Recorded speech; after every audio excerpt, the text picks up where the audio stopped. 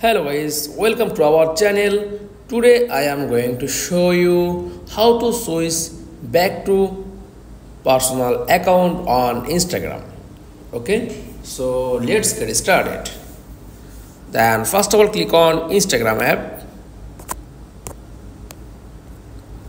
Okay, tap on profile icon.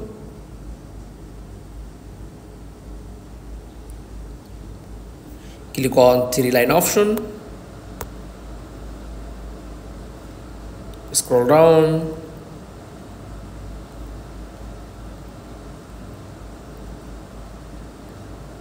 okay, then click on account type and tools, then click on switch to professional account, okay. Then back,